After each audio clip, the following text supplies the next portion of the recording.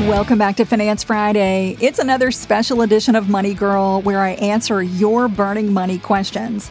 Today, I've got a great topic. It's coming from Jenny, who says, I'm very worried that we're going to have a recession and I'll lose a lot of money if the value of my investments crash. Should I sell what's in my retirement account and move it to cash, or just stop investing until the future of the economy seems more certain? Thank you for your question, Jenny. If the recent market volatility has you second-guessing investing or wondering if you should sell investments to stop further declines, you're not alone. While no one wants to see their investing account balance go down, history shows that markets correct because stocks recover over the long term. So it's critical to maintain perspective, especially when investing for the long term, like retirement, which I know most of you are. This podcast will review 6 big mistakes investors make in volatile markets as we've experienced lately. You'll learn what to avoid so your investments continue working for you.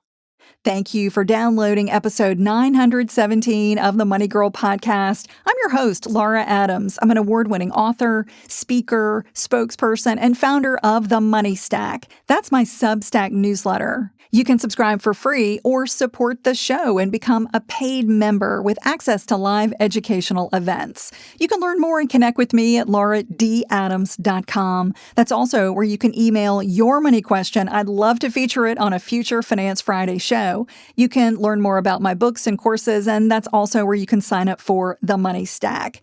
If you want to record a brief question or comment, I'd love to hear it. Just call our voicemail at 302-364-0308, and you can let us know if you do or don't want your voice to be on the show. All right, let's talk about 6 big mistakes investors make in volatile markets. So when you're feeling uneasy or you're not sure about what to do, the first mistake is thinking this time is different. While every market downturn's underlying cause or causes is unique, it could be a housing bubble, a pandemic, or fears about tariff hikes. The United States economy and our financial markets have repeatedly bounced back and exceeded expectations. While past performance doesn't guarantee future success, the American economy is highly resilient. Since 1980, the S&P 500, and that's a stock market index tracking the performance of 500 leading U.S. companies that are listed on exchanges. The S&P 500 has dropped 5% or more in most calendar years, and it's dropped 10% or more in about half the years since 1980. Despite all that volatility, the S&P 500's average return since 1980 has been about 12%. So remember that a 10 or 15% market decline isn't unusual. I know it might feel unsettling while it happens, but it is a normal part of investing. So don't think that this time is different. A downturn is a downturn is a downturn. All right, the second mistake that investors make when things get volatile is not sticking to an investing plan. Your investing plan is going to be unique to you. It could be maxing out a workplace retirement plan by contributing $900 every other week, or it could be maxing out a Roth IRA by investing $580 a month. Depending on your financial situation and your goals, consider automating investing so that it happens regularly, regardless of the economy or stock market. In fact, buying investments when prices dip is fantastic because you get more for your money. And that's part of a strategy called dollar cost averaging, or DCA, where you invest a fixed amount at regular intervals, no matter if an asset's price is up or down. And over time, the average price you pay for that asset will smooth out despite the market volatility. Mistake number 3, trying to time the market. So the opposite of a dollar cost averaging strategy is making one-off investments when you try to time the market by buying low and selling high to make a profit. The problem with that is you're probably going to panic and sell when the market goes down. When prices go down, that's when people start thinking about, oh my gosh, I should sell, I should get out.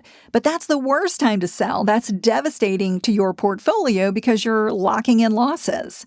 If you take money out of the market because you think it will only go lower, you've got a 50% chance of being right. If you sell out and you're not in the market when it recovers, when it goes back up, it's really difficult to catch up. Buying back in at higher prices means your returns will be much lower. The problem is that missing even a few of the market's best days, the best upticks in the market, will significantly cut the performance of your portfolio. And nobody knows when those rebounds are going to happen. So instead of trying to predict the future or focusing on news headlines, remember that the wisest investors never panic and they never make rash decisions. They stick to a disciplined investing plan. The fourth mistake investors make during volatility is not rebalancing. The amount you allocate to various investment classes like stocks, bonds, and cash is one of the most important aspects of investing. It should match your goals and your risk tolerance. The more you want your money to grow and the more comfortable you are with risk, with experiencing market fluctuations, the more stock you should own. For instance, if you've got many years to go before you need to spend your money, like, many years to go before retirement, you might choose 80% stocks and 20% bonds and cash. However, your asset mix is likely to shift when the stock market dips. When it goes down, that means you're going to own a smaller percentage of stocks. And over time, you can rebalance your portfolio by buying more stocks, allowing your investments to benefit from a market recovery. Now, many investment platforms offer automatic rebalancing. This is a terrific feature because it keeps you on track to achieve your financial goals. And that's what I do. I would never try to rebalance my portfolio on my own. I allow, my investment platform to do it. In addition, investing in one or more diversified funds like index funds or mutual funds that bundle investments like stocks, bonds, assets, and other securities makes them very convenient to purchase. Funds are incredibly diversified because they're made up of hundreds or even thousands of underlying securities. And that diversification allows you to earn higher average returns while reducing your risk. The idea is that if some securities within a fund lose value, some are going to hold steady or even increase in value, which minimizes potential losses. So rebalancing, either doing it yourself manually or having an automated platform do it for you, is critical to make sure you stay on target to achieve your financial goals. The fifth mistake is not making the most of losses. While no one likes to lose money, rules known as tax loss harvesting allow you to use realized losses on investments in a taxable brokerage account to offset taxable gains and income.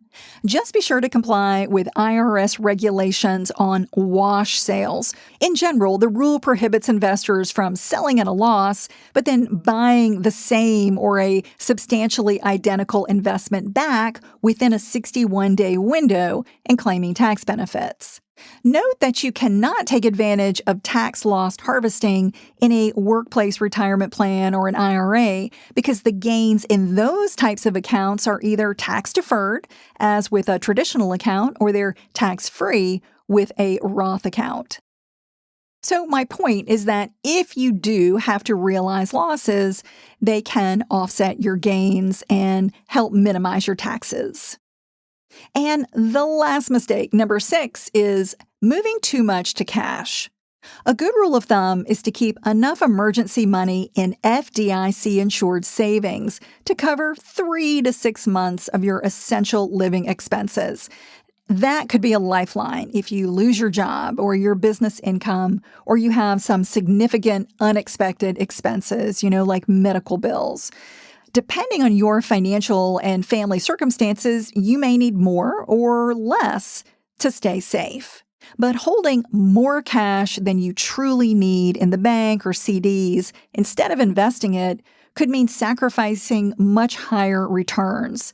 As I mentioned, even if you plan to be out of the market temporarily, you'll likely miss a recovery when prices quickly rebound.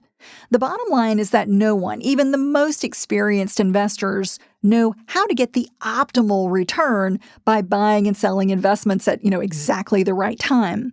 And since there isn't a quote unquote right time to be in or out of the market, if we want to beat inflation and accumulate wealth, we have to continually invest for the long term. And I recommend doing that in a diversified portfolio that's suitable for your timeline, risk tolerance, and goals.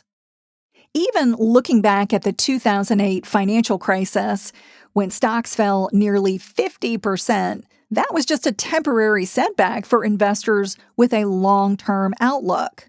However, if you don't have a long-term outlook, if you've got a short time horizon, like you're nearing retirement or you're in retirement, you can mitigate risk by owning a larger percentage of bonds and cash and own fewer stocks.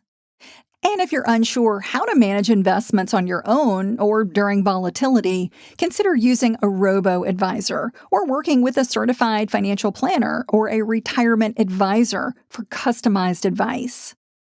Jenny, thanks again for your question. In a nutshell, my answer is that you shouldn't do anything with your portfolio in reaction to market volatility. If you've been regularly investing, you should continue doing that. And if you haven't been, that's what I recommend. The idea is that even investing through the market dips is going to benefit you in the long run because you are dollar cost averaging. And, if that really concerns you, at the very worst, you could just temporarily stop investing. But continuing to invest is the best way to make sure that you're building wealth. Before we go, a quick reminder to subscribe to The Money Stack. That's my newsletter when you visit lauradadams.com. It's filled with money tips, tools, news, challenges, and things I enjoy. You can subscribe for free or become a paid member with access to live educational events. That's all for now. I'll talk to you soon. Until then, here's to living a richer life. Money Girl is a quick and dirty tips podcast, and I want to thank our fantastic team. Steve Rickyberg audio engineers the show. Brandon Gachus is our director of podcast. Holly Hutchins is our digital operations specialist. Morgan Christensen is our advertising operations specialist. Davina Tomlin is our marketing and publicity associate who is leaving soon, and we want to wish her the best as she moves forward. And Nathaniel Hoops is our marketing contractor.